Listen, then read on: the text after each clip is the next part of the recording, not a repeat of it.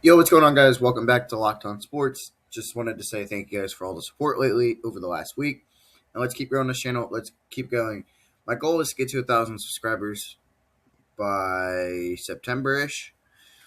Obviously, I want to hit 100K before leaving college. That'd be pretty sick to have a black. But other than that, let's recap everything. First off, I want to start off. I know it's a very sad news.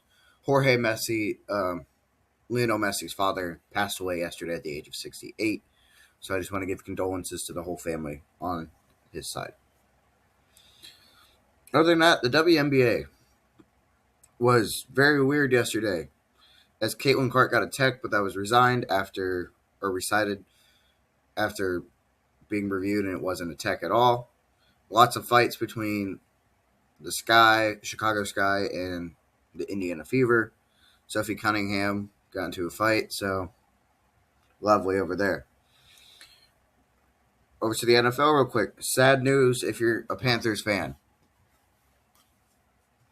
Hayes King, your QB that was just balled out in the Hall of Fame game, is hurt, and they just signed another QB, Kyle Trask, so that doesn't look good for them over there. The Bills played their first game in their new stadium, new Highmark Stadium, so pretty cool to see. They did leave with an injury, or one of their players, Connor McGovern, went down limping off the field and was kept looking at that right leg. We also had some heartbreaking news from the NFL Hall of Fame speeches yesterday, where 49ers legend running back Roger Craig revealed that he was diagnosed with vascular dementia from all the concussions he suffered while playing football. Laramie Tunsil got hurt yesterday in one-on-one training. Left tackle for the Commanders has a torn tricep and is required surgery and will most likely miss for most of the season. So that's all I got in the NFL right now. Over to the MLB, Aaron Nola reached 2,000 strikeouts, becoming the 10th fastest pitcher ever in the MLB, but then a few innings later left with an injury after being hit on a comebacker. A left glute strain has been diagnosed for Joe Ryan, who'll be on the 15-day IL.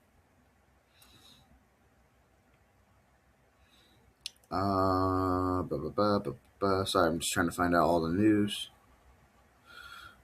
We're going to go recap the MLB real quick. So we're still waiting on the NFL to come back fully. College football practices are in full swing now. Well, let's go recap. Astros dropped one against the Padres 3-2 after a game that they should have won but dropped it. Yankees win 5-4 over the Braves. Athletics beat the Red Sox 7-3. Marlins beat the Angels 7-0. Blue Jays beat the Phillies in 11 innings 7-5. Pirates beat the Mets 9-0. Nationals beat the Reds 8-2. Royals beat the Cubs 6-3. Brewers beat the Twins 4-3. Tigers beat the Giants 8-0. Rockies beat the Cardinals 8-6. Rangers beat the Orioles 5-1. White Sox beat the Guardians 6-3. Dodgers won a game for the first time in over a week, winning in 10 innings 2-1 over the Diamondbacks.